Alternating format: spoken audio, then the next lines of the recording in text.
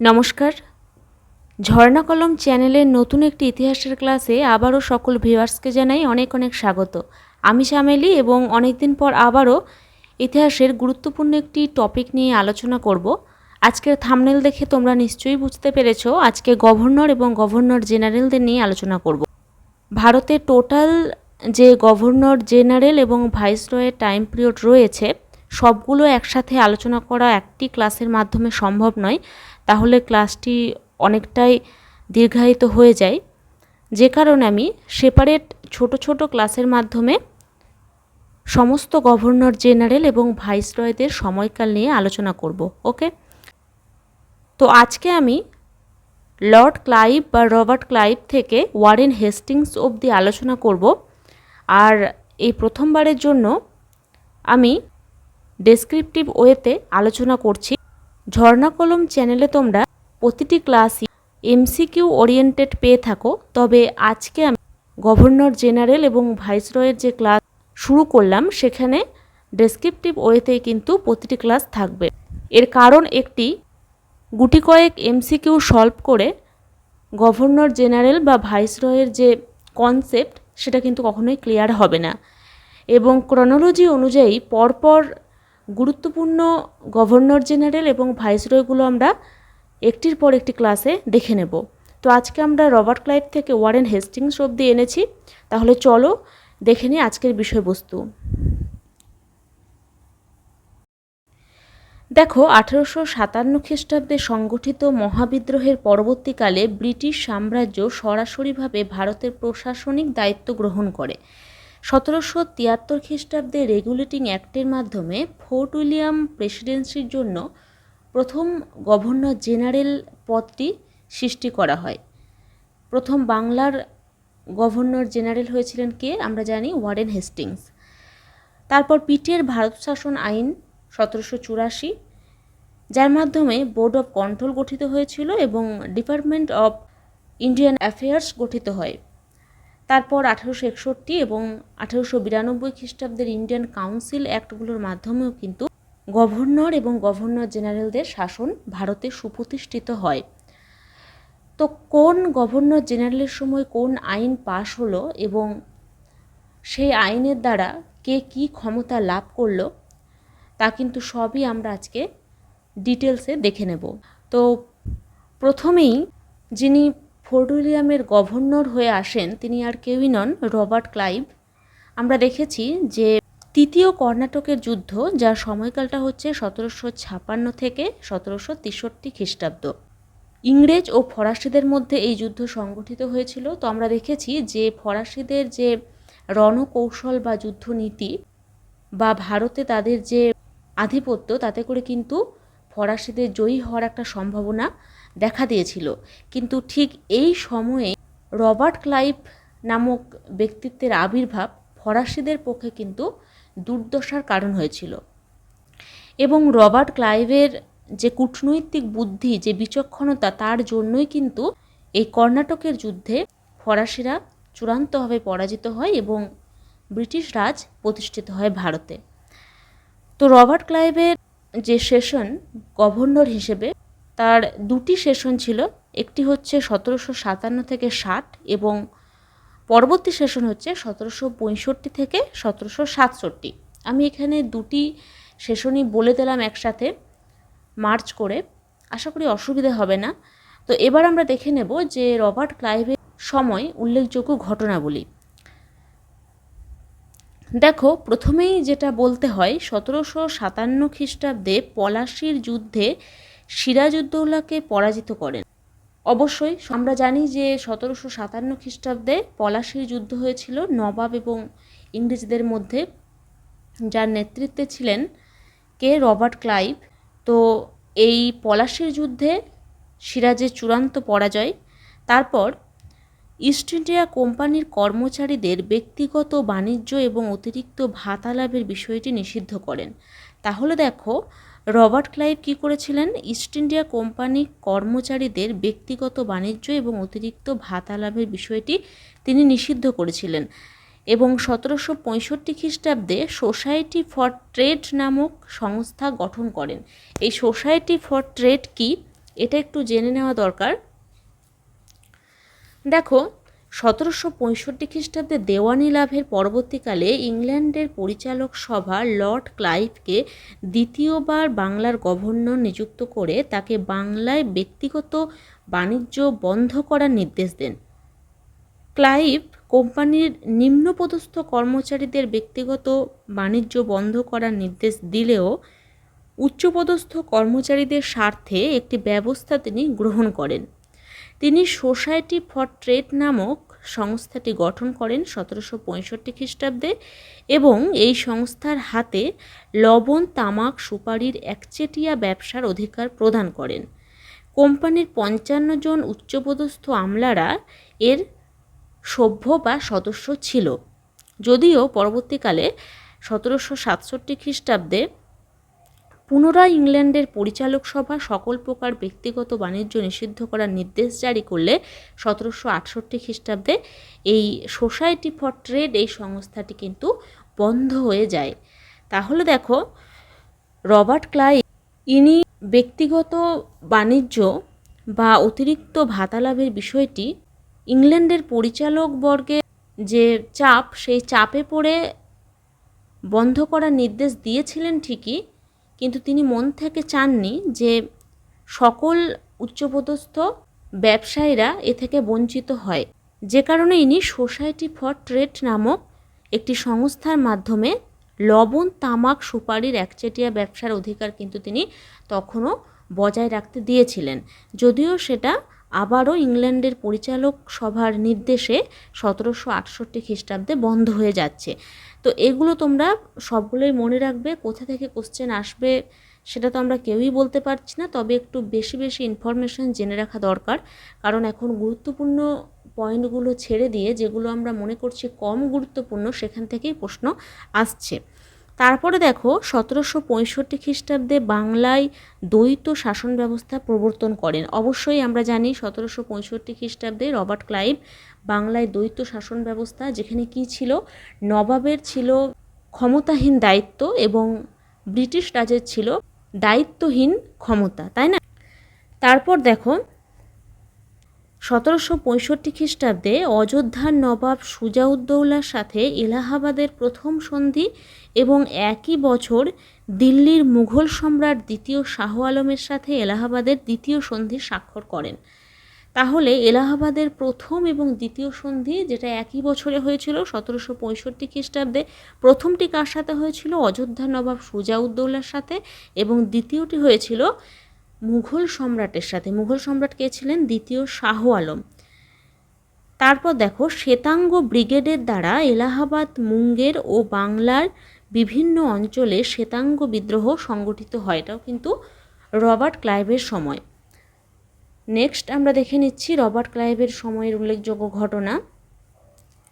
দেখো এখানে সেপারেটভাবে কিছু রাখা হয়েছে। অন্ধকূপ হত্যা, আলীনগরের সন্ধি, এগুলো কিন্তু সবই ওই পলাশীর যুদ্ধের যে পার্ট সেখানেই পড়ে যাচ্ছে, তবুও আমি একটু সেপারেটভাবে তোমাদের নোটিশ করানোর চেষ্টা করেছি।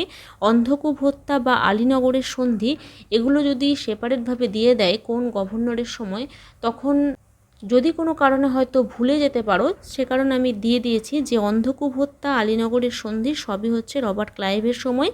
উত্তর সরকার উপকূল বিজয়, এটা হচ্ছে তৃতীয় কর্ণাটকের যুদ্ধের একটা পার্ট বলা যেতে পারে। এই উত্তর সরকার উপকূল বিজয় এটা কিন্তু লর্ড ক্লাইভের নির্দেশেই হয়েছিল। তখন সরাসরি কিন্তু রবার্ট ক্লাইভ ছিলেন না যদিও গভর্নর, কিন্তু তবুও এর নির্দেশেই কিন্তু উত্তর সরকার উপকূল বিজিত হয়েছিল ব্রিটিশের দ্বারা। তারপর দেখো মির্জাফরের বাংলার নবাব পদ লাভ। মির্জাফরের বাংলার নবাব পদ লাভ, এটা তো অবশ্যই হয়ে যাবে। মির্জাফরকে বাংলার নবাব পদে কে বসিয়েছিলেন? অবশ্যই রবার্ট ক্লাইভ।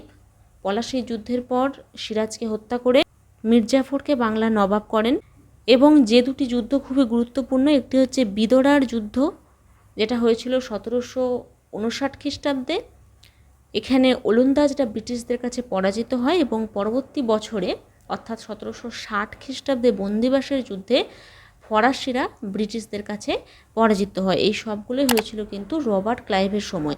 তাহলে দেখো আমরা রবার্ট ক্লাইভের সময়কার উল্লেখযোগ্য ঘটনা বলতে কি জানি, শুধুমাত্র পলাশির যুদ্ধ, এটাকেই আমরা সবসময় হাইলাইট করি।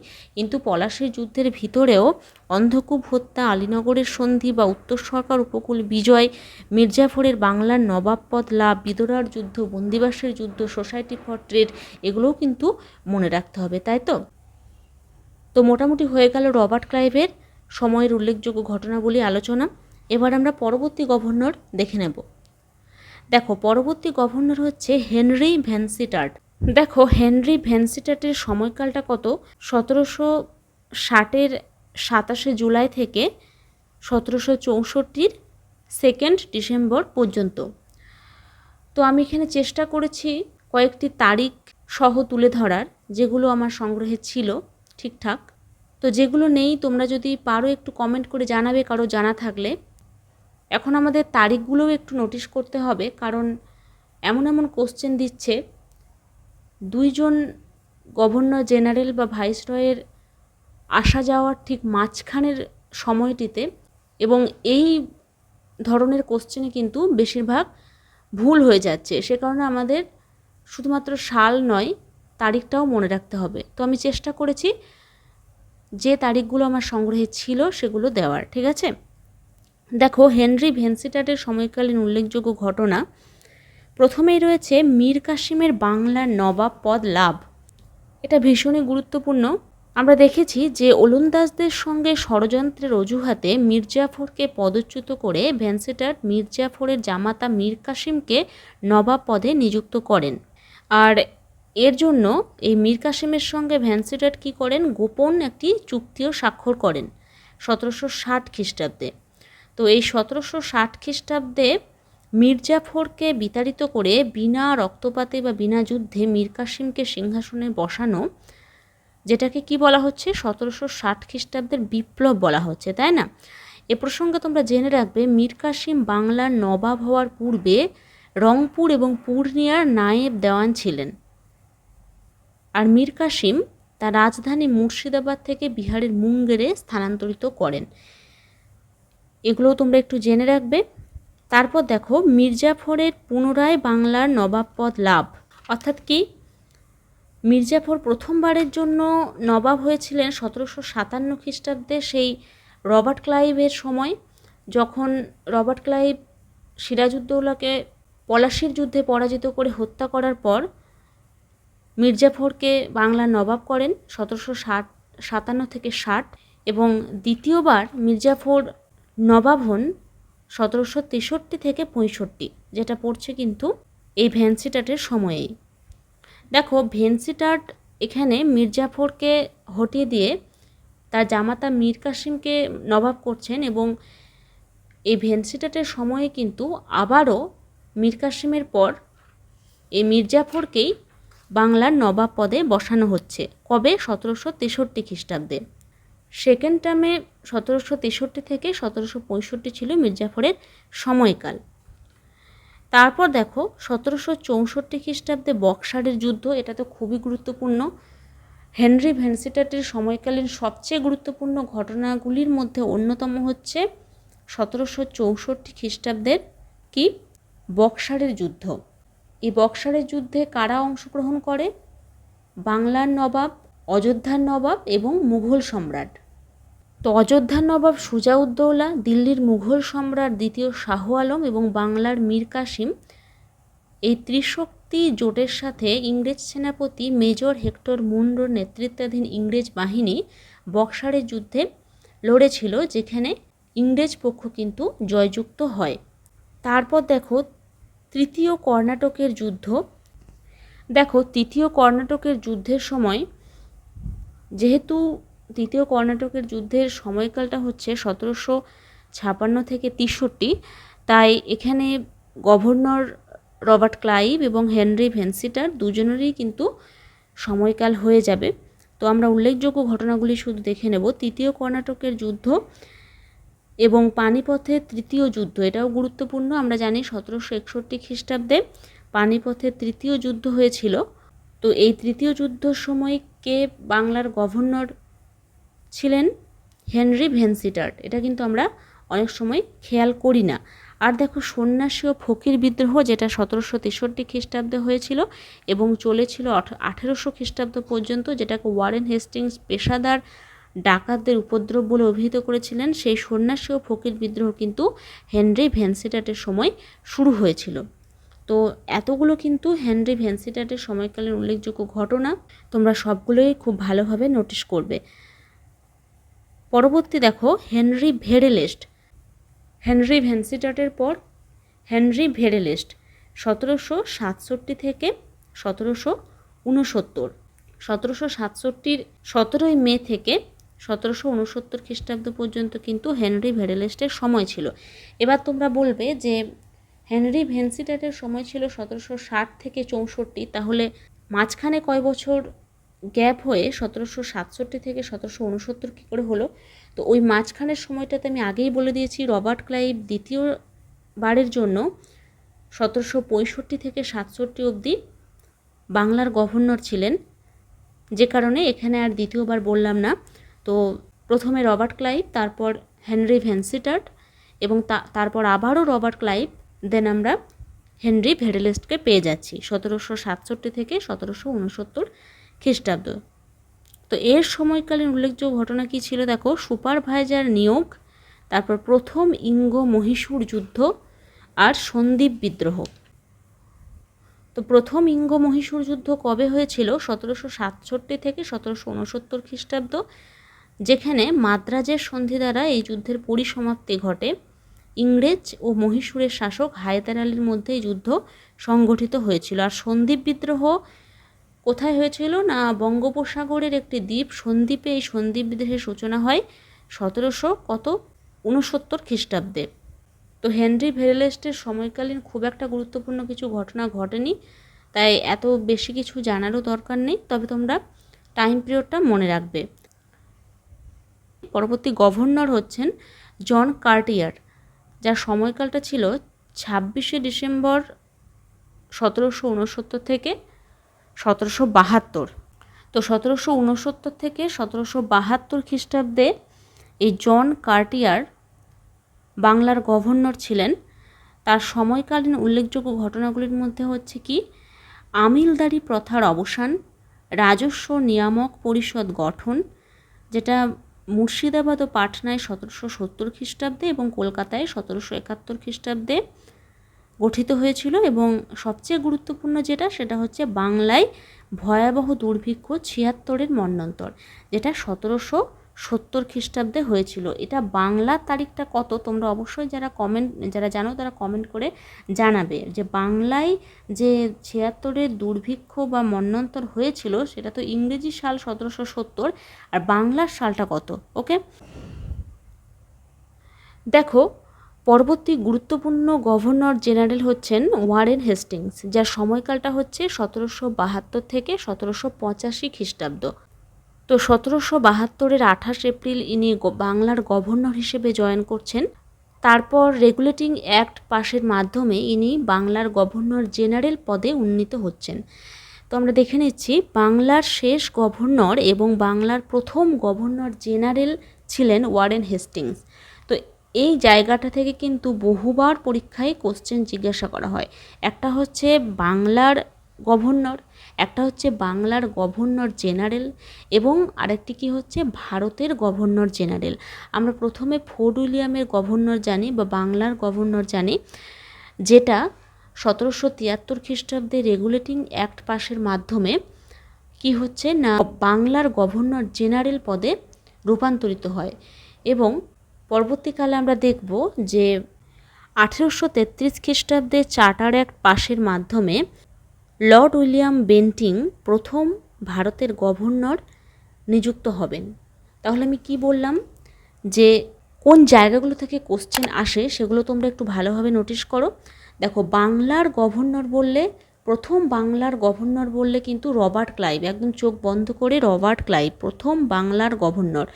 তারপর যদি বলা হয় বাংলার প্রথম গভর্নর জেনারেলকে, তখন কিন্তু ওয়ারেন হেস্টিংস। গভর্নর জেনারেল পদটি সৃষ্টি হলো 1773 খ্রিস্টাব্দে রেগুলেটিং অ্যাক্টের মাধ্যমে, এবং ওয়ারেন হেস্টিংসই হচ্ছেন বাংলার প্রথম গভর্নর জেনারেল, এবং উনি বাংলার শেষ গভর্নরও বটে। কারণ আমরা প্রথম গভর্নর হিসেবে লর্ড ক্লাইভ বা রবার্ট ক্লাইভকে দেখেছি, এবং রবার্ট ক্লাইভের পর শেষ গভর্নর হিসেবে আমরা প্রথম টার্মে কী দেখেছি, ওয়ারেন হেস্টিংসকে, যিনি 1772-এর 28 এপ্রিল জয়েন করছেন, 1773-এর কী হচ্ছেন 20 অক্টোবর ইনি কিন্তু বাংলার গভর্নর পদটি থেকে সরে গিয়ে রেগুলেটিং অ্যাক্টের মাধ্যমে 1774 সাল থেকে আবার বাংলার গভর্নর জেনারেল পদে নিযুক্ত হচ্ছেন, তাই তো। এবং পরবর্তীকালে আমরা যেটা দেখব যে 1833-এর যে চার্টার অ্যাক্ট বা সনদ আইন, সেই আইনের বলে উইলিয়াম বেন্টিং উনি কিন্তু অল ইন্ডিয়া বেসিসে কিন্তু গভর্নর জেনারেল হচ্ছেন, ভারতের গভর্নর জেনারেল। এই কনসেপ্টটা কিন্তু খুব ভালোভাবে আজকেই ক্লিয়ার করে নাও, কারণ এই জায়গাগুলো থেকেই কোশ্চেন আসে, যে কারণে আমি বারবার বোঝানোর চেষ্টা করছি। তো আমরা দেখে নিচ্ছি। দেখো, বলা হচ্ছে তিনি 1772 থেকে 74 খ্রিস্টাব্দ পর্যন্ত গভর্নর হিসেবে নিযুক্ত ছিলেন, এবং 74 থেকে 85 খ্রিস্টাব্দ পর্যন্ত গভর্নর জেনারেল পদে আসীন ছিলেন। ওকে, তারপরে দেখো কি বলা হচ্ছে, এই ওয়ারেন হেস্টিংসের সময়কালটা ভীষণই গুরুত্বপূর্ণ। তার সময়কালে এতই উল্লেখযোগ্য ঘটনাবলী ঘটেছিল যে প্রশাসনিক দিক থেকে, বিচার বিভাগীয় দিক থেকে, তারপর সমাজ সংস্কৃতির দিক থেকে, রাজ্য জয়ের যে সাম্রাজ্যবাদী দিক, সেই দিক থেকে। তো সেই জন্য আমরা সেপারেটভাবে প্রতিটি পয়েন্ট নিয়ে নিয়ে আমরা আলোচনা করব, দেখব যে ওয়ারেন হেস্টিংসের সময়ের উল্লেখযোগ্য ঘটনাগুলি কী কী ঘটেছিল। ঠিক আছে, প্রতিটা পয়েন্টের দিক থেকে আমরা আলোচনা করব। তো প্রথমেই দেখো রাজস্ব ব্যবস্থা। রাজস্ব ব্যবস্থাতে কী পরিবর্তন উনি এনেছিলেন? ওয়ারেন হেস্টিংসের সময়কালীন রাজস্ব ব্যবস্থার মধ্যে অন্যতম হল 1772 খ্রিস্টাব্দে প্রচলিত পাঁচশালা বন্দোবস্ত এবং 1777 খ্রিস্টাব্দে প্রচলিত একশালা বন্দোবস্ত। দেখো, একশালা বন্দোবস্ত এটা কিন্তু অনেকে ভুল করে 1772 করে দেয়, এবং তারপর 5 যেহেতু বড় তাই পাঁচশালা বন্দোবস্তকে 1777 করে দেয়, কিন্তু এটা কিন্তু একদম ভুল করলে চলবে না। 1772 খ্রিস্টাব্দে পাঁচশালা বন্দোবস্ত, 1777 খ্রিস্টাব্দে প্রচলন করেন একশালা বন্দোবস্ত। তারপর দেখো 1776 খ্রিস্টাব্দে আমিনি কমিশন গঠন করেন, এবং পরবর্তীকালে কালেক্টর পদ ও অন্যান্য রাজস্ব বিভাগের কর্মচারী উনি নিয়োগ করেন। তারপর বলা হচ্ছে বোর্ড অফ রেভিনিউ তিনি গঠন করেন। আমরা রবার্ট ক্লাইভের সময় কি দেখেছিলাম? সোসাইটি ফর ট্রেড, তাই না? আর এখানে ওয়ারেন হেস্টিং কি করছেন? বোর্ড অফ রেভিনিউ গঠন করছেন। তো এই ছিল রাজস্ব ব্যবস্থার উল্লেখযোগ্য সংস্কার। এরপর আমরা প্রশাসনিক সংস্কার দেখে নেব। দেখো, প্রশাসনিক ব্যবস্থায় উনি কী কী পরিবর্তন এনেছেন। প্রথমেই রয়েছে 1773 খ্রিস্টাব্দের রেগুলেটিং অ্যাক্ট পাস। অবশ্যই 1773 খ্রিস্টাব্দের রেগুলেটিং অ্যাক্ট পাসের মাধ্যমেই উনি বাংলার গভর্নর জেনারেল পদে উন্নীত হচ্ছেন। তো এটা তো অবশ্যই হয়ে যাবে। তারপর ওয়ারেন হেস্টিংস এদেশে প্রথম পুলিশি ব্যবস্থা প্রবর্তন করেন। তো এদেশে পুলিশি ব্যবস্থার যে প্রবর্তন, এটা অনেকেই কর্নওয়ালিসের নাম নিয়ে থাকেন। কর্নওয়ালিস ভারতীয় শাসন ব্যবস্থায় নতুন পুলিশি ব্যবস্থার প্রবর্তন করেন, যেখানে জমিদারদের পুলিশি দায়িত্ব থেকে অব্যাহতি তিনি দেন।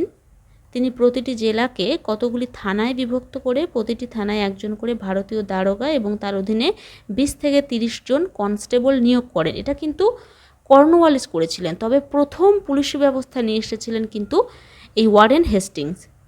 উনি কী করেছিলেন? বাংলা ও বিহারকে যথাক্রমে 10 ও 8টি ফৌজদারি জেলায় বিভক্ত করেন। প্রতি জেলায় একটি করে ফৌজদারি থানা এবং সেখানে একজন দেশীয় ফৌজদার নিযুক্ত করেন। ফৌজদার ছিলেন জেলার প্রধান পুলিশ কর্মচারী। এছাড়া দেখো, প্রতিটি থানায় একটি করে জেলখানা স্থাপন করা হয়। ফৌজদারকে সাহায্যার্থে 34 জন কর্মচারীর মধ্যে 20 জন সিপাহী রাখা হয়। আর কি উনি করেছিলেন? 1781 খ্রিস্টাব্দে ফৌজদারের পদ তুলে দিয়ে কোম্পানি দেওয়ানি আদালতের বিচারকের ম্যাজিস্ট্রেট পদ উন্নীত করেন। তাহলে দেখো, ফৌজদারি পদ তুলে দিচ্ছেন 1781 খ্রিস্টাব্দে ওয়ারেন হেস্টিংস, এবং আদালতের যে বিচারকদের এবং দেওয়ানি আদালতের বিচারকদের ম্যাজিস্ট্রেট পদে উনি উন্নীত করছেন। এবং পুলিশ বিভাগের দায়িত্ব অর্পণ করছেন, আর শহরের শান্তি রক্ষার জন্য কোতোয়ালদের নিয়োগ করছেন। তাহলে কতগুলি সংস্কার ওয়ারেন হেস্টিংস করেছিলেন পুলিশ ব্যবস্থায়, আশা করি বোঝাতে পারলাম। তারপর দেখো যেটা সবচেয়ে গুরুত্বপূর্ণ, 1772 খ্রিস্টাব্দে দ্বৈত যে ব্যবস্থা তার অবসান, দ্বৈত শাসন ব্যবস্থার অবসান। আমরা দেখেছি রবার্ট ক্লাইভ 1765 খ্রিস্টাব্দে বাংলায় দ্বৈত শাসন ব্যবস্থা চালু করেছিলেন এবং ওয়ারেন হেস্টিং 1772 খ্রিস্টাব্দে এই দ্বৈত শাসন ব্যবস্থার অবসান ঘটান। নায়েব দেওয়ান রেজা খাঁ এবং নায়েব নাজিম সিতাব রায় যে পদে ছিলেন সেই পদ দুটি কিন্তু তুলে দেওয়া হয়, বিলুপ্ত করা হয়। ওকে, আর দেখো কোম্পানির কর্মচারীদের, এটা কিন্তু একটু ভুল রয়েছে স্পেলিংটা, তোমরা অবশ্যই একটু ঠিক করে নেবে। এটা কিন্তু হয়ে যাবে ঘুষ, ঠিক আছে, এটা হয়ে যাবে ঘুষ। তো দেখো কোম্পানির কর্মচারীদের ঘুষ উপহার নেওয়ার বিষয়টি নিষিদ্ধ করেন এবং সন্ন্যাসী বিদ্রোহ দমন করেন। তো আমরা রবার্ট ক্লাইভের সময় দেখেছিলাম যে রবার্ট ক্লাইভও কিন্তু কোম্পানির কর্মচারীদের যে ব্যক্তিগত বাণিজ্য, তারপর অতিরিক্ত ভাতা গ্রহণ, এগুলো কিন্তু তিনি নিষিদ্ধ করেন। তবে পুরোপুরিভাবে কোম্পানির কর্মচারীদের যে ঘুষ নেওয়া বা উপহার নেওয়া, এই বিষয়টি ওয়ারেন হেস্টিংস বন্ধ করার চেষ্টা করেছিলেন এবং সন্ন্যাসী বিদ্রোহ ইনি দমন করেন। তো সন্ন্যাসী বিদ্রোহ কবে হয়েছিল? 1763 থেকে 1800 খ্রিস্টাব্দ, এই 40 বছর কিন্তু সন্ন্যাসী বিদ্রোহ চলেছিল। তবে ওয়ারেন হেস্টিংস চেষ্টা করেছিলেন সন্ন্যাসী বিদ্রোহ দমন করার। তারপর দেখো বিবাহ ক্ষেত্রে কর দান নিষিদ্ধ করেন। পরবর্তী আমরা দেখে নিচ্ছি প্রশাসনিক ব্যবস্থায় আর কি পরিবর্তন এনেছিলেন। দেখো 1784 খ্রিস্টাব্দে পিটের ভারত শাসন আইন প্রণয়ন হয়, এটা কিন্তু অবশ্যই ওয়ারেন হেস্টিংসের সময় হয়ে যাবে। এবং বাংলার নবাবদের যে পেনশন তার পরিমাণ কিন্তু হ্রাস করেছিলেন এই ওয়ারেন হেস্টিংস। কত হ্রাস করেছিলেন? বাংলার নবাবের বার্ষিক ভাতা 32 লক্ষ থেকে কমিয়ে 16 লক্ষ টাকা করা হয়। কত বললাম? 32 থেকে 16, অর্থাৎ হাফ হাফ করে দিচ্ছেন, তাই তো? তাহলে বাংলার নবাবদের যে পেনশন তার পরিমাণ হ্রাস করেছিলেন কে? Warren Hastings. কত করেছিলেন? 32 লক্ষ থেকে 16 লক্ষে তিনি কমিয়ে এনেছিলেন। আর 1775 খ্রিস্টাব্দে নন্দকুমারের ফাঁসি, যেটাকে বিচারের ছলে ফাঁসি বলা হয়, জুডিশিয়াল মার্ডার। তো এটা ভীষণই গুরুত্বপূর্ণ, বারবার পরীক্ষায় দেয় যে নন্দকুমারের ফাঁসি বা প্রথম বিচারের ছলে হত্যা কোন ঘটনাকে বলা হয়। তো এটা অবশ্যই নন্দকুমারের ফাঁসি, যেটা 1775 খ্রিস্টাব্দে হয়েছিল। কার দ্বারা? ওয়ারেন হেস্টিংসের দ্বারা, তাই তো? এবার আমরা পরবর্তী যে সংস্কার তা দেখে নেব। দেখো পরবর্তীতে রয়েছে বিচার বিভাগীয় সংস্কার। দেখে নিই বিচার বিভাগীয় সংস্কারে কি রয়েছে। প্রথমে রয়েছে জমিদারদের বিচার সংক্রান্ত যাবতীয় ক্ষমতা কেড়ে নেওয়া হয়। তারপর বলা হয়েছে প্রতিটি জেলায় দেওয়ানি ও ফৌজদারি আদালত স্থাপন করা হয় এবং 1772 খ্রিস্টাব্দে সদর দেওয়ানি ও সদর নিজামত আদালত স্থাপন করেন কলকাতায়। যেটা আমি একটু আগে বলেছিলাম তারই একটা পার্ট এখানে আবারও বললাম যে বিচার বিভাগীয় যে সংস্কার, সেখানে কি করা হচ্ছে? জমিদারদের বিচার সংক্রান্ত যাবতীয় ক্ষমতা কেড়ে নেওয়া হচ্ছে। প্রতি জেলায় দেওয়ানি ও ফৌজদারি আদালত স্থাপন করা হচ্ছে এবং 1772 খ্রিস্টাব্দে সদর দেওয়ানি ও সদর নিজামত আদালত স্থাপন করা হচ্ছে কলকাতায়। ওকে, আর কি রয়েছে? আর রয়েছে বিচারপতিদের নিরপেক্ষতা রক্ষার জন্য তাদের উপহার গ্রহণ বা অর্থ গ্রহণ নিষিদ্ধ করা। আমরা একটু আগে দেখলাম যে কোম্পানির কর্মচারীদের ব্যক্তিগত যে বাণিজ্য, উপহার, ভাতা ইত্যাদি গ্রহণ নিষিদ্ধ। এখন দেখছি বিচারপতিদের নিরপেক্ষতা রক্ষার জন্য কিন্তু তাদের উপহার গ্রহণ বা অর্থ গ্রহণ নিষিদ্ধ করা হয়। আর দেখো তার আমলে কি করা হয়েছিল? 1774 খ্রিস্টাব্দে কলকাতায় সুপ্রিম কোর্ট স্থাপিত হয়। স্যার এলিজা ইম্পে সুপ্রিম কোর্টের প্রথম প্রধান বিচারপতি হিসেবে নিযুক্ত হন। ভীষণ গুরুত্বপূর্ণ একটা কোটেশন, তোমরা অবশ্যই খুব ভালো করে নোটিশ করো। বারবার পরীক্ষায় এই কোশ্চেনটা দেয় যে কলকাতায় সুপ্রিম কোর্ট কোন গভর্নর জেনারেলের সময় স্থাপিত হয়েছিল এবং তার প্রধান বিচারপতি কে ছিলেন? তো 1774 খ্রিস্টাব্দে কলকাতায় সুপ্রিম কোর্ট স্থাপিত হয়, যার প্রথম প্রধান বিচারপতি ছিলেন ওয়ারেন হেস্টিংসের বন্ধু স্যার এলিজা ইম্পে, এবং এই এলিজা ইম্পেই কিন্তু ওয়ারেন হেস্টিংসের কথায় নন্দকুমারকে ফাঁসি দিয়েছিলেন। এটাও তোমরা মনে রাখবে।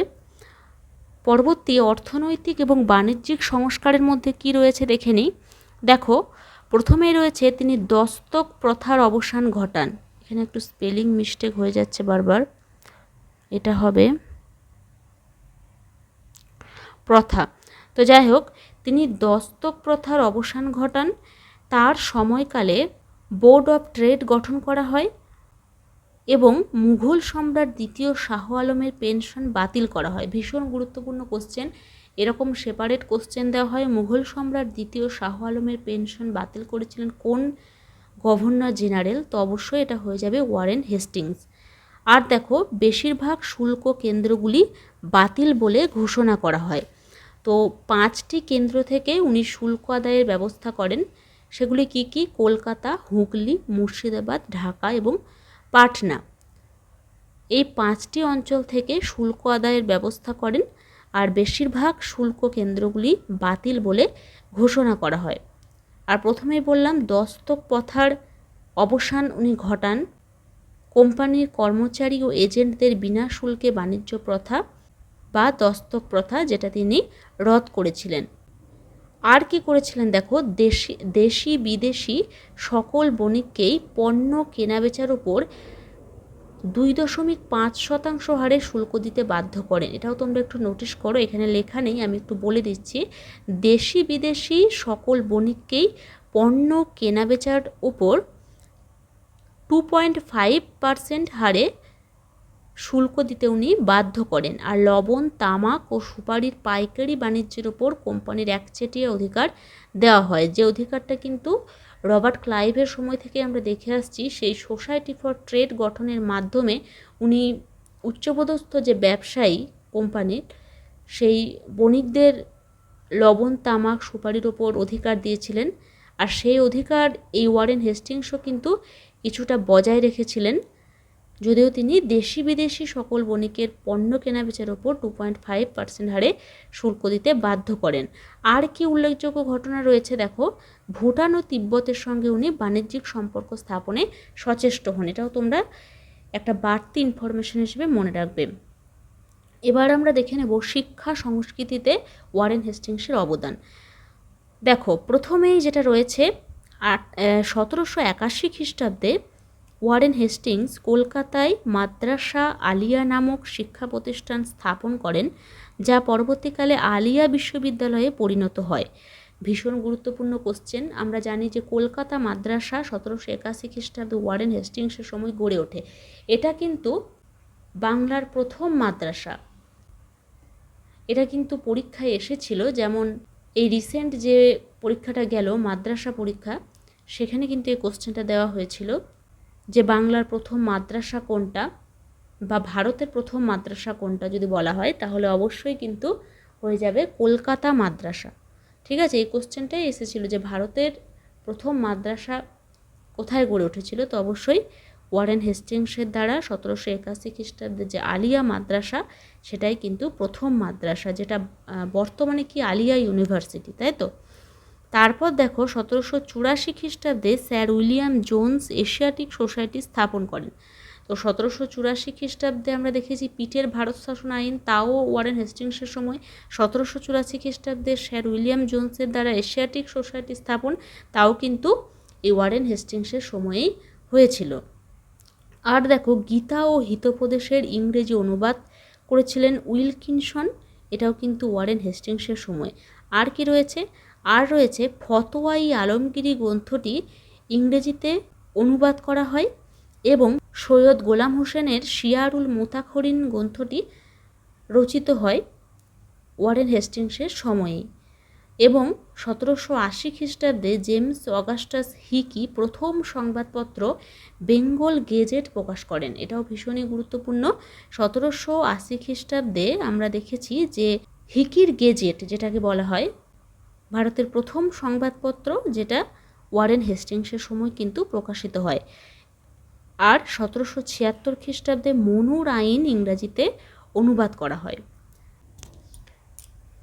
এরপর আমরা ওয়ারেন হেস্টিংসের সময়কালীন যে সাম্রাজ্যবাদী নীতি বা রাজ্যজয় নীতি সেটা দেখে নেব। দেখো, রাজ্যজয় নীতির মধ্যে কি রয়েছে। প্রথমে রয়েছে ওয়ারেন হেস্টিংস প্যারামাউন্ট পলিসি গ্রহণ করেন। এই কোশ্চেনটা WBCS মেনে 2016 সালে এসেছিল, যে কার দ্বারা প্যারামাউন্ট পলিসি গৃহীত হয়। সেখানেও Lord Wellesley, Lord Cornwallis, Lord Hastings, Warren Hastings এগুলো অপশন ছিল। তো অবশ্যই উত্তর হয়ে যাবে কিন্তু ওয়ারেন হেস্টিংস। আর দেখো, 1774 খ্রিস্টাব্দে রোহিলখণ্ডের যুদ্ধে রোহিলাদের বিরুদ্ধে অযোধ্যার নবাব সুজাউদ্দৌলাকে ওয়ারেন হেস্টিংস সাহায্য করেছিলেন। প্রথম ইঙ্গো মারাঠা এবং দ্বিতীয় ইঙ্গো মহীশূর যুদ্ধ লর্ড ওয়ারেন হেস্টিংসের সময় কিন্তু সংঘটিত হয়। 1775 থেকে 1782 খ্রিস্টাব্দ পর্যন্ত প্রথম ইঙ্গো মারাঠা যুদ্ধ এবং 1780 থেকে 1784 খ্রিস্টাব্দ পর্যন্ত দ্বিতীয় ইঙ্গো মহীশূর যুদ্ধ ওয়ারেন হেস্টিংসের সময় সংঘটিত হয়েছিল। আর কি বলা হয়েছে, 1782 খ্রিস্টাব্দে সলবাইয়ের সন্ধি এবং 1784 খ্রিস্টাব্দে ম্যাঙ্গালোরের চুক্তি স্বাক্ষরিত হয়। তো 1782 খ্রিস্টাব্দে সলবাইয়ের সন্ধি, যেটা মারাঠা এবং ইংরেজদের মধ্যে হয়েছিল, প্রথম ইঙ্গো মারাঠা যুদ্ধের পরিসমাপ্তি ঘটে এই যুদ্ধের এই শান্তি চুক্তির দ্বারা। এবং 1780 থেকে 84 খ্রিস্টাব্দে যে দ্বিতীয় ইঙ্গো মহীশূর যুদ্ধ হয়েছিল, সেখানে 1784 খ্রিস্টাব্দে ম্যাঙ্গালোরের চুক্তি দ্বারা এই দ্বিতীয় ইঙ্গো মহীশূর যুদ্ধের কিন্তু পরিসমাপ্তি ঘটে। ওকে,